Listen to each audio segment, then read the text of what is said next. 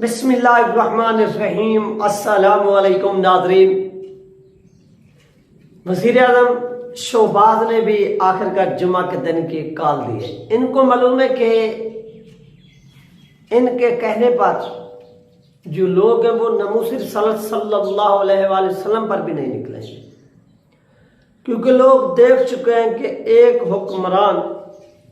जब गुस्ताख के साथ मिलता है, उसका चेहरा चूमता है, उससे पैसों की भीख मांगता है,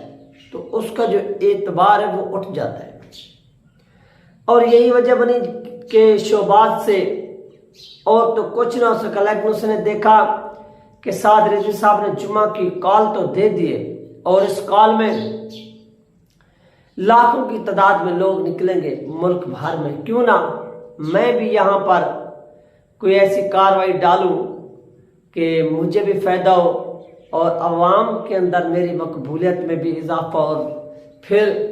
उसी दिन कोई एक छोटी मोटी तकबीर अपना तकरीब बुलाकर और अपने वो मौलवी खरीदे हुए जो जिना उसको देखकर तो रोते रहे, जो जिना उसको जलता देखकर तो रोते रहे, जो कोर कमांडर हाउस को तो देखकर जलता रोते रहे, प्रेस कॉन्फ्रेंस पे कॉन्फ्रेंसेस करते रहे, लेकिन जब कुरान मजीद की बारी आई तो उनकी जबान से एक लफ्ज भी नाज़रीन बहना निकला। आप खुद सोचिए कि कोर कमांड हाउस का मर्तबा बुलंद है या कुरान का मर्तबा बुलंद है,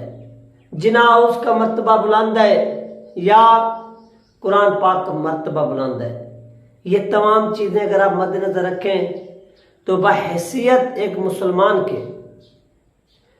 आप कहेंगे कि नहीं, कुरान पाक का जो मर्तबा है वो बुलंद है। अगर बहैसियत आप कौम देखें, कौम परस्ती, यानी आपके अंदर से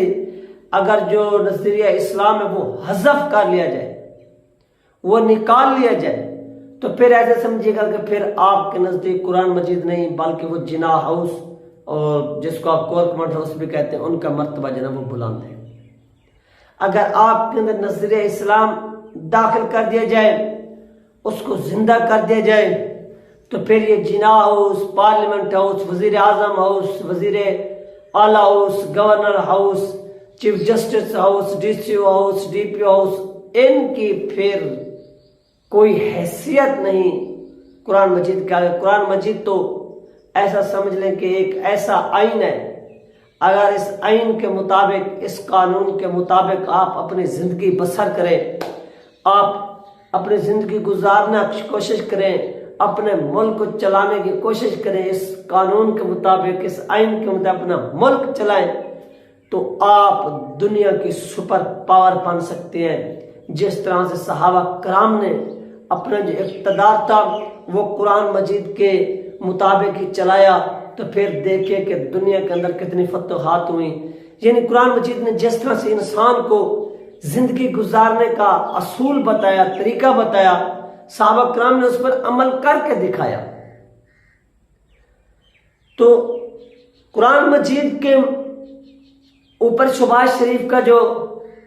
एक स्टांस था, एक मौक़िफ़ था, वो आपके सामने के बिल्कुल भी कुछ नहीं किया। लेकिन जब इसने देखा कि इमरान खान ने भी कॉल दी है, साद रिजवी साहब ने भी कॉल दी है, तो बचता तो मैं हूं, फिर मैं आवाम को क्या मुंह दिखाऊंगा। तो फिर इसने नाज़रीन क्या किया कि इसने भी कॉल दी है कि यानी जुमा के रोज, आज तो बुध हो गया, यानी जुमा के रोज 7 जुलाई को, 7 जुलाई के पूरे पाकिस्तान ने क्या करना है, वो सड़कों पर निकलना है। जब लोग निकलेंगे तहरीक लबैक पाकिस्तान के, तो उनको शो कराया जाएगा कि पूरी कौम शहबाज शरीफ की कॉल पर सड़कों पर निकल आई और शहबाज शरीफ पर कौम ने एतमाद का इजहार किया। शहबाज शरीफ ने जो कुरान पाक पे हुर्मती हुई, इस पर जो एक अपना मौक़िफ़ अपनाया, कौम को मैसेज दिया, कौम की तरफ मैसेज को छोड़ा, तो कौम जो थी वो लबैक कहते हुए सड़कों पर आ गई। ये है कौम का शहबाज शरीफ पर एतमाद। शहबाज शरीफ उम्मत मुसलमान का बड़ा लीडर बन गया। असल में ये लीडर नहीं, ये गीदड़ है, इसकी हैसियत कुछ भी नहीं है, इसके पास कोई इख्तियार नहीं है, इसको वो पर्दा, ये पीछे आप देख सकते हैं एक पर्दा लगा हुआ है, इस पर्दे के पीछे कुछ ताकतें बैठी हुई है।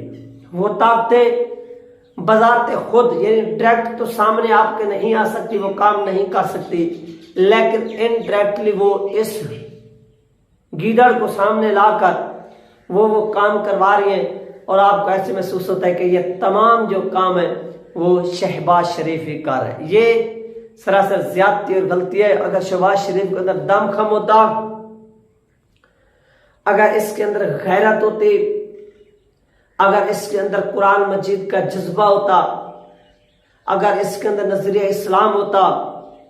अगर इसके अंदर इस्लाम से मोहब्बत होती,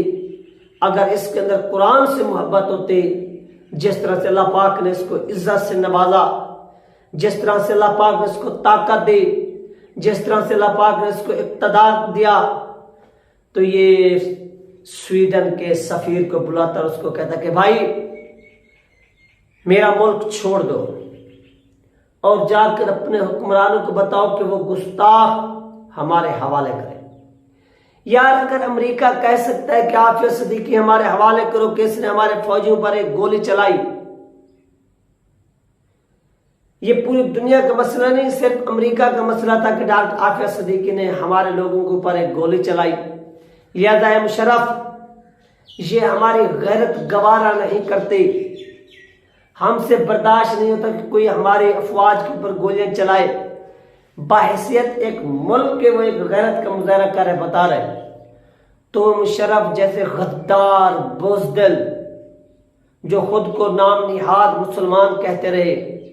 मुसलमानों के हुक्मरान कहते रहे, उम्मत मुसलमा के लीडर कहते रहे, वो फिलफौर बुज़दिल बनकर डॉक्टर आफिया सिद्दीकी को हवाले कर देते। ये सिर्फ एक मुल्क का मसला था। जब पूरी दुनिया के मुसलमानों का मसला हो, जब पूरी दुनिया के मुसलमानों के जो दिल है वो दुखाया गया हो, कुरान मजीद को जलाया गया हो और जलाने वाले गुस्ताख इंटरनेशनल दहशतगर्द को उम्मत मुसलमान का कोई एक लीडर भी इस 1.5-2 अरब में से जितने भी मुसलमान है और जो इनके हुक्मरान है, उन पता है कि ये हुक्मरान कौन लगाता है, वो भी हमें मालूम है, लेकिन उन हुक्मरानों में से किसी एक की भी जुर्रत नहीं हुई वो स्वीडन से ये मुतालबा करता, वो स्वीडन से ये कहता कि स्वीडन ये दहशतगर्द जिसने 22 नहीं, पाकिस्तान की आबादी 22 करोड़, जिसने 1.5 से 2 अरब जो दुनिया के अंदर मुसलमान बसते हैं इनके नजरिए पर हमला किया। ये कुरान पर हमला नहीं, ये मुसलमानों पर हमला है। लिहाजा इस दहशतगर्द को आप लोग हमारे हवाले करें और हम जो है ना वो इसको जो हमारा कुरान मजीद कहता है, जो इसकी सजा बनती है हम इसको सजा देते हैं। लेकिन ऐसा नहीं किया गया। हाँ, अगर यहां पर कोई यूरोपीय यूनियन की अफवाज का मसला होता, अगर यहां पर कोई नीटो का मसला होता और उस नीटो के फौजी के ऊपर, अमेरिकी फौजी के ऊपर, यूरोपीय यूनियन फौजी के ऊपर अगर एक मुजाहिद ने, एक पाकिस्तानी ने, एक मुसलमान ने हमला किया होता तो उसके सर की कीमत भी लग चुकी होती और जो उस मुल्क का हुक्मरान होता वो भी घुटनों में जाकर बैठा हुआ होता, यूरोपीय यूनियन के, अमेरिका के, नीटो के,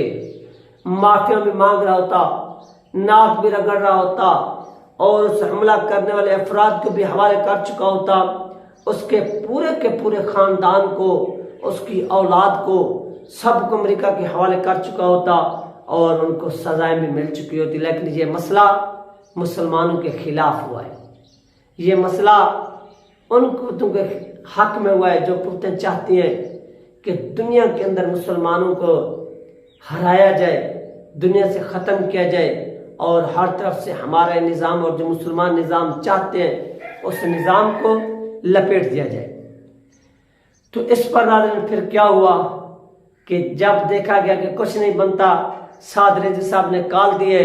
और इसकी कॉल पर लाखों की तादाद में लोग निकलेंगे तो हम शो करेंगे कि देखें शहबाज शरीफ पर कौम ने एतमाद का इज़हार किया और कौम शहबाज के साथ खड़ी हो गई। ये वो मुनाफकत है, ये वो दोहरा मेयार है। फिर इस तरह से करें कि उस जुमा के रोज, पूरे जुमा के रोज आप सुबह से लेकर शाम तक जो इक़्तिदार है, जो वजारत अज़मा की कुर्सी है, वो साद रज़ी साहब के हवाले कर दें, आप सीट पर हो जाए। फिर देखिएगा कि अल्लामा साद हुसैन रज़ी साहब जो है वो स्वीडन को किस तरह से जवाब देते हैं। ये इतना अपडेट, इंशाल्लाह मिलते हैं नेक्स्ट वीडियो में। अल्लाह हाफिज़।